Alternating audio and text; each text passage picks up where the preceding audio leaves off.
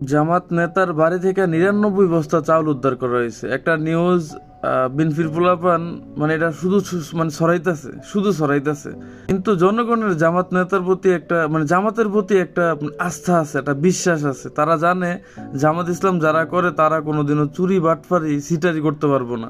অবশেষে আলহামদুলিল্লাহ ওই রিপোর্টটা আমরা পাইছি যে জামাত ইসলামের ওই যেই নেতার কাছ থেকে আপনার হচ্ছে চাউলের বস্তা পাওয়া গেছে, উনি একজন ব্যবসায়ী ভাই। ওনারা রাজনীতিও করে, ব্যবসাও করে। বাংলাদেশে জামাত ইসলাম ব্যতীত আর অন্য কোন দল পাইবেন যারা ব্যবসাও করে, রাজনীতিও করে?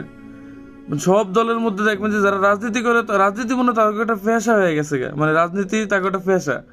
আলহামদুলিল্লাহ আলহামদুলিল্লাহ যে এখন মানে সরকারিভাবে প্রমাণ হয়েছে যে এটা জামাত ইসলামের এই নেতার ব্যবসায়িক মানে কিনা ক্রয় করা চাউল।